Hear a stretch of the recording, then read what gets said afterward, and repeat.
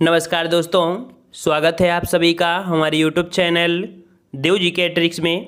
तो दोस्तों हमने यहाँ पर हिंदी जो कि बेसिक से पढ़ रहे थे, ये वर्णमाला है।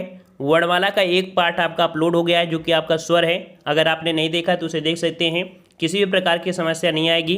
ठीक है। दूसरा आपका पार्ट है जिसमें हम लोग व्यंजन पढ़ेंगे और व्यंजन में बनने वाले XYZ किसी भी प्रकार का प्रश्न अभी तक बना होगा वो आपको इस वीडियो में देखने को मिल जाएगा। किताबें ढूंढ लेंगे, वीडियो देख लेंगे, लेकिन जो इस वीडियो में आपको ज्ञान दे देंगे वो आपको कहीं नहीं मिलेगा। जब कहीं आपको कुछ ना मिले तब इस वीडियो को आप जरूर देखिएगा। ठीक है, तो चलते स्टार्ट करते हैं। अगर आप नए हैं तो चैनल को सब्सक्राइब करें और रात 8:30 बजे, याद रखिए रात 8:30 बजे आपकी हिंदी का फुल टेस्ट कराया जाता है लाइव। तो आप लोग रात में यहाँ पर हिंदी का टेस्ट भी दे सकते हैं। चलिए, यहाँ पर दिया है व्यंजन, और व्यंजन के मुख्यतः 3 प्रकार होते हैं। पहला प्रकार आपका कौन सा है? तो आपका स्पर्श व्यंजन। अब यहाँ से देखो क्वेश्चन ये भी बनते हैं, स्पर्श व्यंजन के नाम क्या हैं? तो स्पर्श व्यंजन के नाम होते हैं वर्गीय व्यंजन, उदित व्यंजन। जिनकी संख्या आपकी कितनी होती है? तो जिनकी संख्या आपकी 25 होती है, अर्थात कह सकते हैं का वर्ग से लेके जो आपके पा वर्ग होते हैं, अर्थात जो 25 प्रश्न होते हैं वो आपके स्पर्श व्यंजन में आते हैं, जिनको वर्गीय व्यंजन या उदित व्यंजन के नाम से भी जानते हैं। क्लियर हुआ? नेक्स्ट पॉइंट आपका है अंतःस्थ व्यंजन, और अंतःस्थ व्यंजन से बहुत क्वेश्चन बनते हैं, जो कि संख्या तो आपकी 4 ही होती है, लेकिन यहाँ पर कह सकते हैं जो आपका यहाँ पर दिया है रा। ठीक है, जो आपका रा दिया है, तो रा को हम लोग क्या बोलते हैं? रा को हम लोग बोलते हैं प्रकंपित। ठीक है, क्या बोल देते हैं? प्रकंपित बोलते हैं, या तो इसे कह सकते हैं लुठित व्यंजन बोलते हैं। इसे नोट करिएगा कि रा जो आपका है, रा को हम लोग प्रकंपित बोलते हैं या तो कह सकते हैं लुंठित बोलते हैं। वहीं पर जो आपका दिया गया है कौन सा? ला। ला जो आपका दिया है, ला को हम लोग क्या बोलते हैं? तो ला को पार्श्विक बोलते हैं। पार्श्विक क्यों बोलते हैं? कि जब ला बोलते हैं तो जीभ आपकी पीछे मुड़ जाती है ना। और जो रा है, रा बोलते हैं तो आपकी जीभ बहुत जल्दी जल्दी भगती है। क्लियर हो गया ना? अच्छा, यहाँ पर एक पॉइंट आपका ये होता है कि आपके अर्ध आपके जो होते हैं स्वर कौन होते हैं? तो अर्ध स्वर आपके कौन कौन से? तो आपके जो या है और आपका वाह, इनको हम लोग क्या बोलते हैं? अर्ध स्वर बोलते हैं, याद रखिएगा। क्लियर हो गया ये पॉइंट? चलिए, नेक्स्ट पॉइंट आपका है ऊष्म व्यंजन, और ऊष्म व्यंजन को हम लोग ऊष्म संघर्षी भी बोलते हैं। याद रखिए कि ऊष्म व्यंजन को ऊष्म संघर्षी बोलते हैं, जिनकी संख्या 4 होती है। अब यहाँ पर याद रखिए जो आपका सा है, सा को हम लोग तालव्य में रखते हैं, इस वाले सा को हम लोग मूर्धन्य में रखते हैं, और इस वाले सा को हम लोग दंत्य में रखते हैं, और हा को कहाँ रखते हैं? कंठ में। मतलब इसी पॉइंट से आपको क्या कह सकते हैं, बहुत प्रश्न आपको देखने को मिल रहे हैं। नेक्स्ट पॉइंट में आप देख सकते हैं जो आपके 25 वर्ड आपके होते हैं कौन कौन से? तो आपके स्पर्श व्यंजन जो 25 वर्ड होते हैं वो आपके यहाँ पर दिए गए हैं। ठीक है, यहाँ पर दिए गए हैं, तो इनमें देख सकते हैं जो का वर्ग है, तो का वर्ग में आपके 5 होते हैं, है ना। तो इसे हम लोग कंठ बोलते हैं, क्योंकि इनको बोलने में क्या होता है कि कंठ में जब बोलेंगे का खा तो इसमें प्रेशर जो होता है वो कंठ में मिलता है। ठीक है, ज़्यादा बढ़ता है। चा वर्ग आपका दिया तालु। तालु मतलब होता है क्या कि जब इसे बोलेंगे तो आपकी जो जीभ है, जीभ आपकी तालु की स्पर्श करती है। देखो बोल कर देखिए, चा छा जा। देखो आपकी जो जीभ है वो कहाँ उड़ रही है? आपके ऊपर तालु में। क्लियर हुआ? जो टा वर्ग है, टा वर्ग को मूर्धा बोलते हैं। मूर्धा क्यों बोलते हैं? जब टा को बोलेंगे तो आपके देखो जीभ टा पीछे को जाती है और आपकी जो सांस आने वाली होती है लॉक कर देती है। अगर ये स्थिति अगर 1 मिनट रहे तो आपको फड़फड़ाहट हो जाएगी, मूर्छित हो जाएंगे। क्लियर हो गया? दंत। दंत मतलब क्या होता है? ता। ता वाले को बोले ता था दा धा। तो देखिए इसमें क्या होता है? दांत। दांत को स्पर्श कर रही है जीभ ना, तो ये दंत हो गया। पा वाले में देखिए, पा वाले में क्या होता है? पा फा, है ना। दोनों ओठ आपस में स्पर्श कर रहे हैं ना, तो आपका हो जाएगा ओट्स। बिल्कुल बोलते बोलते सीख जाओगे। ये क्लियर हो गया होगा? क्लियर हो गया? यहाँ पर एक पॉइंट आपको होता है जिसे हम लोग पंचमाक्षर बोलते हैं, या इन्हें नासिक वर्ण बोलते हैं। अर्थात इनको बोलने के लिए नाक और मुंह दोनों की आवश्यकता होती है, इस कारण से पंचमाक्षर बोलते हैं, जिनकी संख्या आपकी कितनी होती है? आपकी 5 होती है। आई होप ये पूरी तरीके से कंप्लीट हो गया होगा। और अगले पॉइंट का आते हैं। पॉइंट आपसे अगला पूछा है वर्ण विशेष। अब याद रखिए जो चा छा जा झा, ठीक है, चा छा जा झा, ये 4 वर्डों को स्पर्श संघर्षी व्यंजन बोलते हैं। याद रखिए इन्हें स्पर्श संघर्षी आपका व्यंजन बोलते हैं। और इसके पहले जो आपने देखा था, जो आपके कौन से थे? आपके सा मतलब वो थे ना, उनको ऊष्म बोलते हैं, लेकिन इसको स्पर्श संघर्षी व्यंजन कहते हैं। याद रखिए जो आपका डा और ढा है, इसको दीर्घुण व्यंजन, उच्छिप व्यंजन, उत्सृप व्यंजन, संकर वर्ण या ताड़न जात वर्ण कहते हैं। देख सकते हैं पहली बार आपने इतने नाम सुने होंगे। ठीक है, जो आपके दीर्घुण व्यंजन आपके होते हैं। ठीक है, क्यों? क्योंकि इनमें 2 भाषाओं जो कि हिंदी और फारसी के गुण पाए जाते हैं, इसलिए इन्हें द्विगुण आपका कहा गया है। क्लियर हुआ? चलिए अगला है जो आपका यहाँ पर कह सकते हैं जो पंचमा अक्षर थे, पंचमा अक्षर को हम लोग नासिक कहते हैं या पंचमा वर्ड बोलते हैं। क्लियर हो गया होगा। नेक्स्ट पॉइंट आपका है या और वाह, ये आपके स्वरों की सहायता से होता है, इसलिए यहाँ पर कह सकते हैं कि आपके अर्ध स्वर आपको होते हैं। देखो आते किस में, व्यंजन में, लेकिन इनकी जो उच्चारण होते हैं वो स्वर की सहायता से होते हैं, इस कारण इन्हें अर्ध स्वर कहते हैं। नेक्स्ट पॉइंट आपका है रा। रा को अभी हमने बताया था प्रकंपित बोलते हैं या इसे लुंठित बोलते हैं या इसे हम लोग बोलते हैं कंपन जात व्यंजन। ठीक है, कंपन जात व्यंजन। पूरा वीडियो देखोगे बहुत कुछ जानकारी मिलेगी भाई साहब, पहली बार आप पढ़ रहे होंगे ऐसे ऐसे पॉइंट। ठीक है, तो यहाँ पर कंपन जात व्यंजन कहते हैं या इसे यहाँ पर देख सकते हैं लुंठित। मतलब क्या है, लुंठित में जीभ का जो आगे से मुड़ना, जीभ क्या होती है, आगे से मुड़ जाती है ना। ठीक है, रा मुड़ गई। चलिए ला क्या है, पार्श्विक व्यंजन है। पार्श्विक अर्थ होता है जीभ के जो अगला भाग है, अगल बगल के भाग हो। ठीक है, जीभ के अगल बगल भाग। ठीक है, वैसे इसे फोल्ड करेंगे तो पीछे भग जाती है। ठीक है, नेक्स्ट पॉइंट आपका है हिंदी वर्णमाला में 2 अमानक वर्ड है जो कि बहुत पूछा जाता है, एग्जाम में पूछा जाता है इन शब्दों में से अमानक वर्ण कौन सा है। तो याद रखिए सिर्फ 2 ही अमानक वर्ण है, 2 ही अमानक वर्ण है, झा और आपका भा। अब ये अमानक वर्ड देख सकते हैं, ये 2 आपके हैं। आपने पिछले जैसे रामायण वगैरह देखा होगा तब ये वर्ड इस प्रकार के टाइप के होते हैं, तो आप याद रखिएगा, बहुत ही महत्वपूर्ण है। अमानक वर्ड कौन से होते हैं, झा और भा होते हैं, रट लीजिएगा। ठीक है, नेक्स्ट पॉइंट आपका हा। हा को ऊष्म संघर्षी बोलते हैं। क्या बोलते हैं, ऊष्म संघर्षी, या इसे बोलते हैं स्वर यंत्रमुखी। क्या बोलते हैं इसे, स्वर यंत्रमुखी, या इसे बोलते हैं काकल्य। ठीक है, काकल्य वर्ण, या इसे बोलते हैं कंठ ऊष्म संघर्षी। ठीक है, और सघोष वर्ण के नामों में से जाना जाता है। तो इतने पॉइंट आपके इसमें महत्वपूर्ण थे कि इसको हम ऊष्म संघर्षी, स्वर यंत्रमुखी, काकल्य वर्ण या कंठ ऊष्म संघर्षी, और इसे हम लोग सघोष के अंतर्गत भी रखते हैं। क्लियर हो गया होगा। चलिए अगला है संयुक्त व्यंजन। तो संयुक्त व्यंजन कह सकते हैं 2 व्यंजनों से मिलकर बनाए जाते हैं, अर्थात 2 व्यंजनों के स्वर, 2 व्यंजन एक ही स्वर के साथ बोले जाते हैं, इसलिए इन्हें संयुक्त व्यंजन कहते हैं। इनकी संख्या आपकी 4 दी गई है। अब याद रखिएगा यहाँ पर गलतियाँ क्या होती हैं, गलतियाँ होती हैं कि आपको पता है कि का और सा होते हैं, लेकिन एग्जाम के समय अगर गौर नहीं किया तो हो सकता है आप सा इसमें लगा दें, आधा सा इसको कर दें, बल्कि आधा सा ये नहीं होता, आधा का होता है। ठीक है, तो इसी प्रकार जैसे छा, ठीक है, छा है ना, का धन सा, त्रा को तो आप आसानी से बोल सकते ता धन रा। यहाँ पर जो इया है ना, इया को आप लोग ज्या बोला करिए, ज्या ज्या बोलेंगे तो ज्या और यहाँ कंप्लीट हो जाएगा। यहाँ पर परिश्रम वाला जो सरा है तो आपका सरा हो गया। ये क्लियर हो गया ना।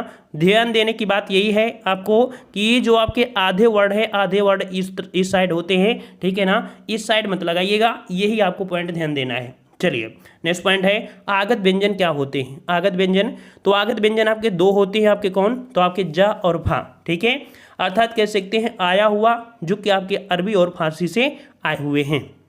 नेक्स्ट पॉइंट है कि हिंदी वर्णमाला में कुल वर्ण कितने होते हैं। तो कुल वर्ण की बात करता है तो आपके कितने हो जाएंगे, 52 होते हैं, जो इस प्रकार आपके हैं। देखो आपके 11 स्वर होते हैं, 2 आपके अयोग्यवा होते हैं, अंक और आहा होते हैं। ठीक है, और आपके 33 मूल व्यंजन होते हैं। मूल व्यंजन कहते हैं, याद रखिए इनको मूल व्यंजन बोलते हैं, जो आपके स्पर्शी होते हैं। मतलब कह सकते हैं कि आपके मूल व्यंजन में कौन कौन, तो आपके यहाँ पर का वर्ग से आपके पा वर्ग तक होते हैं, और अंतःस्थ व्यंजन हुए होते हैं जो आपके होते हैं मूल रूप से आपके 33 होते हैं। ठीक है, 4 आपके उस व्यंजन होते हैं, 2 आपके द्रुल व्यंजन होते हैं, और संयुक्त आपके व्यंजन होते हैं। इस प्रकार से मिला के देखेंगे तो ये जो आपका भाई साहब है, ये आपका बन के आएगा आपके 52 वर्ड। क्लियर हुआ।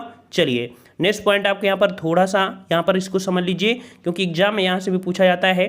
देखिए जो आपके कह सकते हैं छोटा आ, बड़ा आ, ठीक है, और आपका यहाँ पर हा, ठीक है, और विसर्ग, ये 4 वर्डों को याद करना, क्योंकि अदर को तो आप जानते हैं, लेकिन छोटा आ, बड़ा आ और आपका यहाँ पर जो हा है और ये हैं, ये किस में आते हैं, ये आपके कंठ में, क्योंकि कंठ और जीभ का निचला भाग इसमें प्रयोग होता है। ठीक है ना, माध्यम आपके बनता है कंठ और जीभ, इस कारण से। तो यही पॉइंट आपको याद रखना है जो हम आपको बता रहे हैं।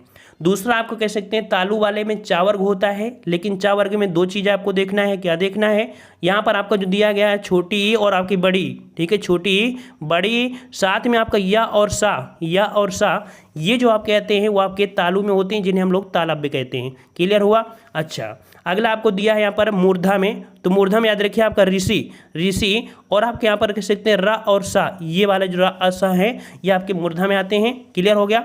अगला पॉइंट आपको दिया है ता वाले में याद रखिएगा कौन से, ला और सा, ये वाला जो आपके होते हैं ये आपके दांत और कह सकते हैं दंत में होते हैं। ये भी क्लियर हुआ।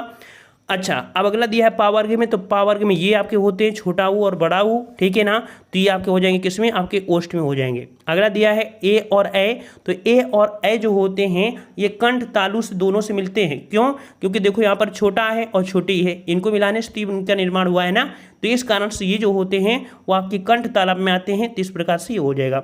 वा के स्थान बहुत पूछा जाता है एग्जाम में, तो वा जो आपका है आपका जीभ दांत होठ होते हैं जो कि दंतोष्ठ हो जाएंगे। क्लियर हो गया होगा, क्लियर हो गया है पूरा पूरा चार्ट आपका क्लियर हुआ ना। ये बहुत बार पूछे जाते हैं, जो एक्स्ट्रा हमने बताया यही पूछे जाते हैं, यही आपको पढ़ना है। चलिए अब अगला यहाँ पर प्राण वायु या उच्चारण प्रत्यय के आधार पर व्यंजनों का वर्गीकरण। भाई साहब यहाँ पर गलतियाँ बहुत हो जाती हैं छोटी छोटी बातों में, क्योंकि ये टॉपिक आपका बहुत बड़ा होता है, फिर भी हमने यहाँ पर 2 वीडियो में कवर किया है, ठीक है ना। तो यहाँ पर जो भी पॉइंट हम बता रहे हैं उसको नोट कर लीजिएगा, कहीं भी आप बैठ जाइए, किसी भी एग्जाम में दिक्कत नहीं होगी।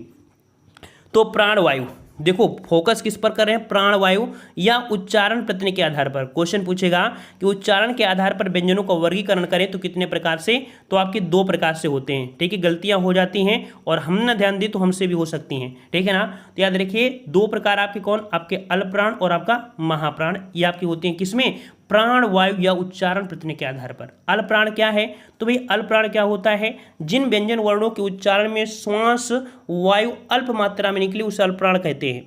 अब अल्पप्राण में याद रखिएगा कि प्रत्येक वर्ग का पहला, तीसरा और पांचवा वर्ण, ठीक है, पहला, तीसरा और पांचवा वर्ण, साथ भी जो अंतास्त व्यंजन होते हैं यार अलावा, ये आपके अल्पप्राण होते हैं। इनमें से हकार ध्वनि नहीं होती है, इनमें हकार ध्वनि नहीं होती है। अब यहाँ पर देखो पहला, दूसरा, तीसरा क्या है, इसको अभी आपको मैप के माध्यम से दिखा देंगे तो बिल्कुल आसानी से रट जाएगा, ठीक है। अगला है महाप्राण ध्वनि, तो महाप्राण ध्वनि जिन व्यंजन वर्णों के उच्चारण में श्वास वायु अधिक मात्रा में निकलती है उसे महाप्राण कहते हैं। क्लियर हुआ। नेक्स्ट पॉइंट आपका है कि प्रत्येक वर्ग का दूसरा और चौथा वर्ण साथ में ऊस व्यंजन, उस व्यंजन कौन होते हैं, ये जो आपके सा हैं ये आपके महाप्राण हैं, ठीक है। इनमें से आकार ध्वनि आपकी विशेष रूप से रहती है, तो ये आपका हो गया महाप्राण, ठीक है। क्लियर हुआ। अच्छा, अब यहाँ पर देखो महाप्राण में कौन कौन से आते हैं, इसको आसानी से अगर इसे देखेंगे तो आप आसानी से इसे सॉल्व कर पाएंगे बिल्कुल से। देखिए का वर्ग आप देख सकते हैं, का वर्ग है ना, का वर्ग जो आपका है ना, यहाँ पर आपको दिया गया अल्पप्राण। अल्पप्राण क्या होते हैं, 1 3 5, 1 3 5 मतलब देख सकते हैं का गा अंगा, अल्पप्राण हो गया ना। महाप्राण में देखो आपका दूसरा और आपका पांचवा वर्ण मिल रहा है, ठीक है।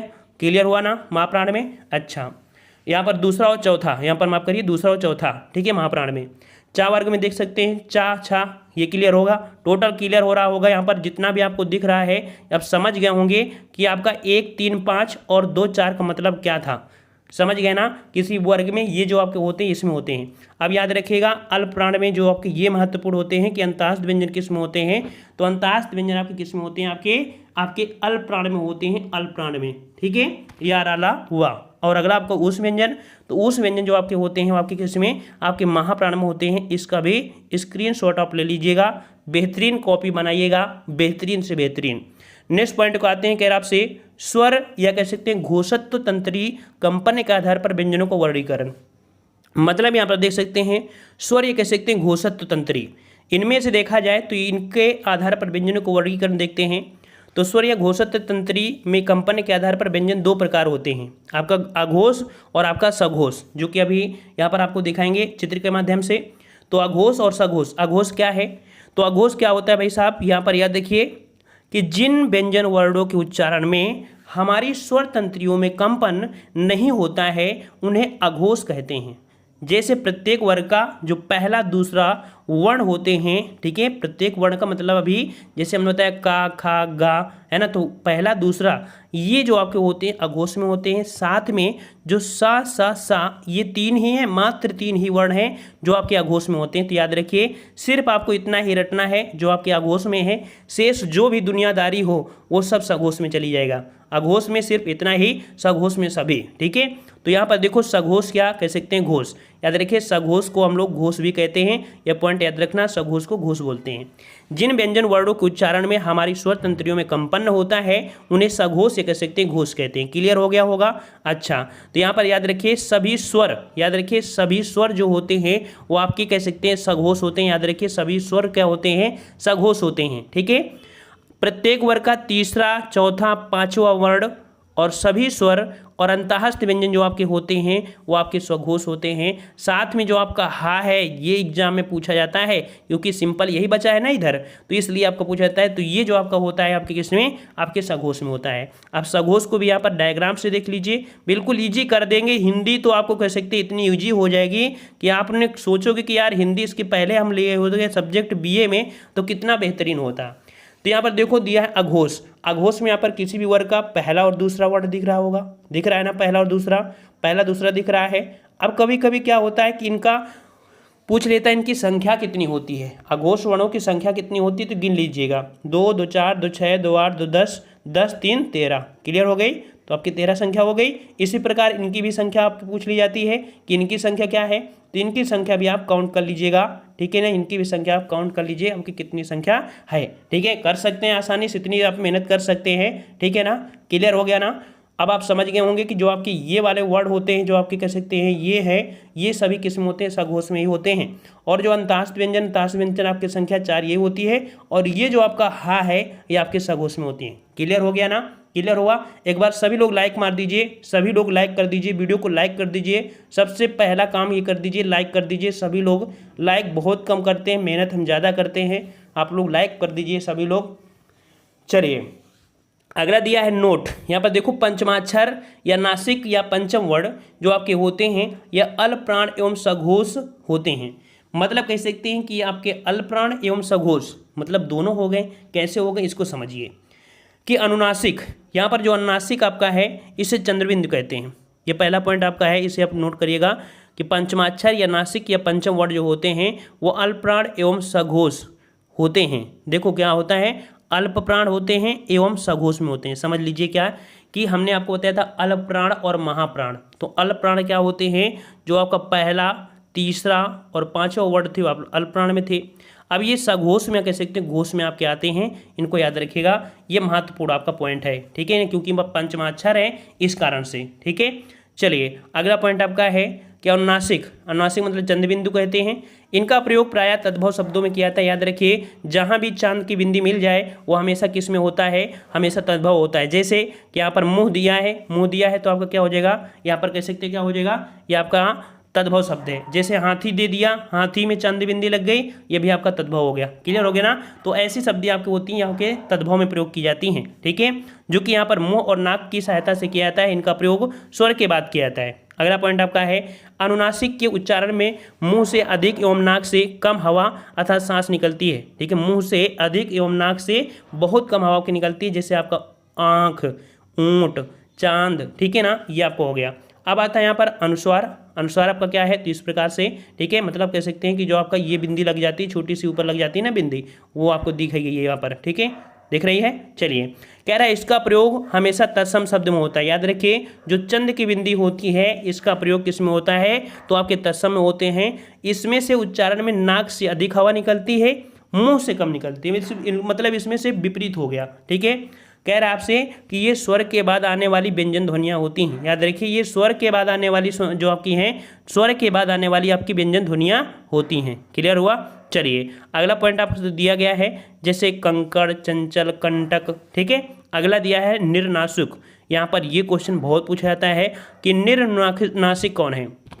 निर्नुनासिक केवल मुंह से बोले जाने वाले वर्डों को निर्नुनासिक कहते हैं। ये पॉइंट याद कर लीजिए, बहुत आईएमपी है, क्योंकि जो आपका नासिक के व्यंजन के हिसाब से देखा जाए तो जल्दी से क्या होते हैं, मार देते हैं नासिक के व्यंजन, बल्कि यहाँ पर निर्नुनासिक, ठीक है। तो यहाँ पर कह सकते हैं नाक का यूज नहीं है, मुंह से बोले जाने वालों को निर्नासिक बोलते हैं, जैसे इधर, उधर, मगर वगैरह। क्लियर हुआ।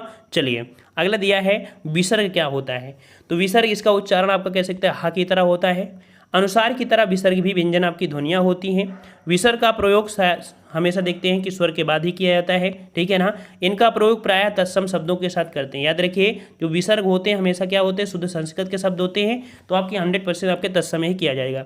अब यहाँ पर हलंत क्या होती है, तो देखते हैं कि किसी भी वर्ण में हलंत हलंत जब व्यंजन वर्णों का प्रयोग स्वर के बिना अर्थात स्वर रहित किया जाए तब व्यंजन वर्णों के नीचे हलंत का प्रयोग करते हैं। जैसे ये आपको शब्द लिखे ना, ये आधे वर्ण है, ठीक है, याद रखिए अगर कोई ऐसा वर्ण लिखा है इसका मतलब ये आधा है, लेकिन ये जो आधा बनाते हैं ना, ये आपका जो कह सकते हैं चिन्ह को होता है, हलंत का जो चिन्ह होता है वो किस प्रकार से, तो इस प्रकार से होता है, थोड़ा सा नीचे को झुका होता है, तिरछी रेखा आपकी होती है, ठीक है, क्लियर हुआ। चलिए, कह रहा जो कि व्यंजन वर्णों के नीचे लगाई जाती है, हलंत का प्रयोग स्वरों के साथ नहीं किया जाता है, ठीक है, क्योंकि स्वर स्वतंत्र होते हैं तो उनको लगाने की जरूरत नहीं है।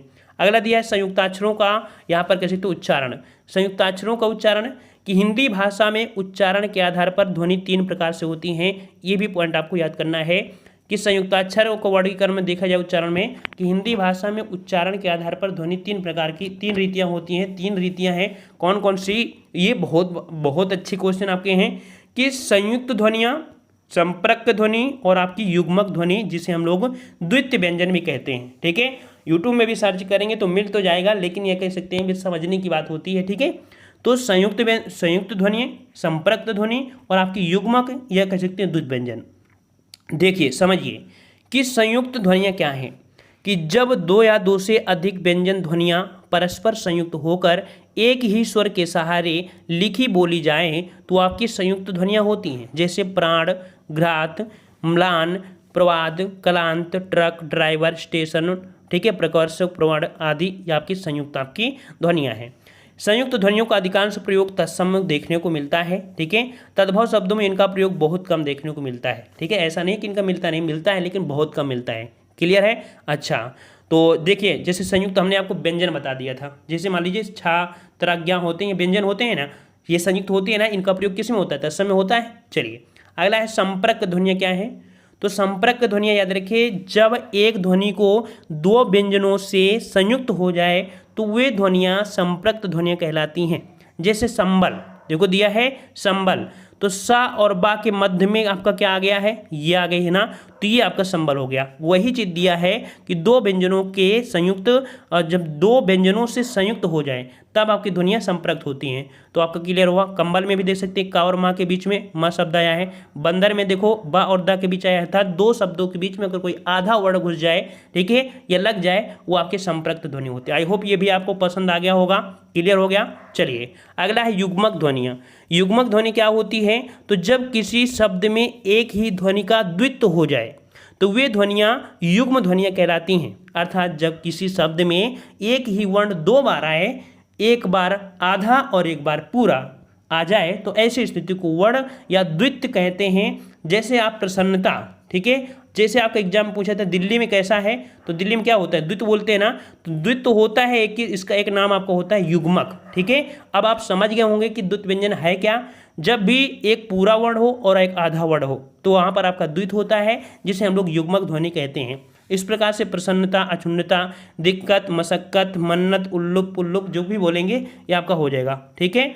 और यहाँ पर कह सकते हैं थोड़ा सा और है, अर्धस्वर क्या होते हैं, तो अर्धस्वर आप हमने बता दिया था, मैप में दिखा दिया था, जो आपके या और वा हैं, ठीक है। इनकी परिभाषा आपसे पूछ सकता है कि जो ध्वनियाँ कभी स्वर में कभी व्यंजन हो, ठीक है, जो ध्वनियाँ कभी स्वर कभी व्यंजन हो उन्हें अर्धस्वर कहते हैं, क्योंकि या और वा व्यंजनों को उच्चारण करते समय वे क्रमशः ई और उ स्वरों के उच्चारण की स्थिति में होते हैं, बाद में या और वा व्यंजनों की स्थिति में आते हैं। अर्थात इनको जब बोलते हैं तो पहले ये शब्द निकलता है य, ठीक है ना, य व, इस कारण से ये आपके अर्धस्वर में आते हैं। अगला है लुंठित।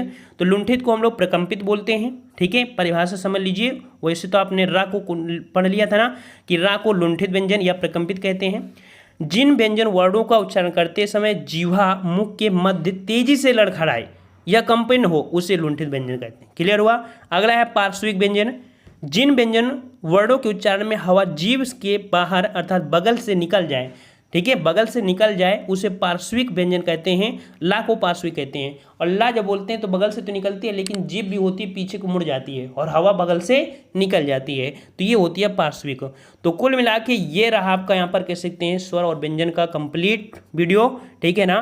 और जो क्वेश्चन आपको कभी मिलते हैं तो आपको हमारे टेस्ट में मिल जाते हैं, टेस्ट हम आपको करा देते हैं, ठीक है। क्योंकि जैसे कि अभी आपको यहाँ पर विराम चिन्ह है वो इसी के अंतर्गत आता है, लेकिन उसका जो है चैप्टर वो जो है वीडियो अलग बनाएंगे, ठीक है। पसंद आया है सभी को? पसंद आया है तो एक बार जय हिंद सभी लिखिए। और आप लोग कहाँ कहाँ से बिलोंग करते हैं आप लोग कमेंट बॉक्स में जरूर कमेंट करें, ठीक है। कहाँ से आप लोग बिलोंग करते हैं कमेंट बॉक्स में कमेंट जरूर करेंगे। और काफ़ी लोग यहाँ पर पूछते हैं सर आपका नाम क्या है, सर आपका नाम क्या है, ठीक है। और सबका जवाब तो दे नहीं पाते हैं, तो हम बता दें हमारा नाम देव कुशवाहा है, ठीक है, देव कुशवाहा है। और कह सकते हैं हम फतेहपुर से हैं, ठीक है, फतेहपुर से हैं, कानपुर से यहाँ पर रहकर पढ़ाते हैं आपको, ठीक है। तो एक बार सभी लोग जय हिंद, और सभी लोग वीडियो को लाइक करके ही जाइएगा, ठीक है। धन्यवाद सभी को, वंदे मातरम।